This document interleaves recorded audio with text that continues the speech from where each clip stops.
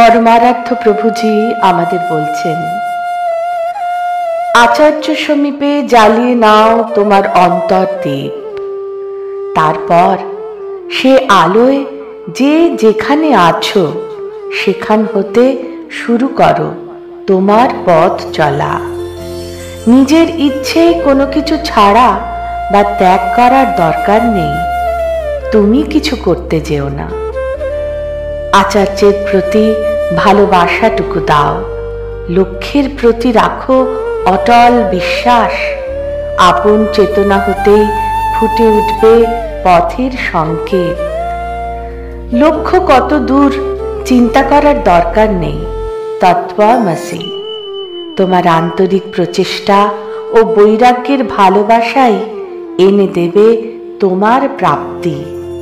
কখন পৌঁছলে তুমি তা নিজেই জানবে না। চোরা বালিতে পা পড়ার আগে যেমন বোঝা যায় না, ধীরে ধীরে যখন ডুবতে থাকে তখন বোঝে।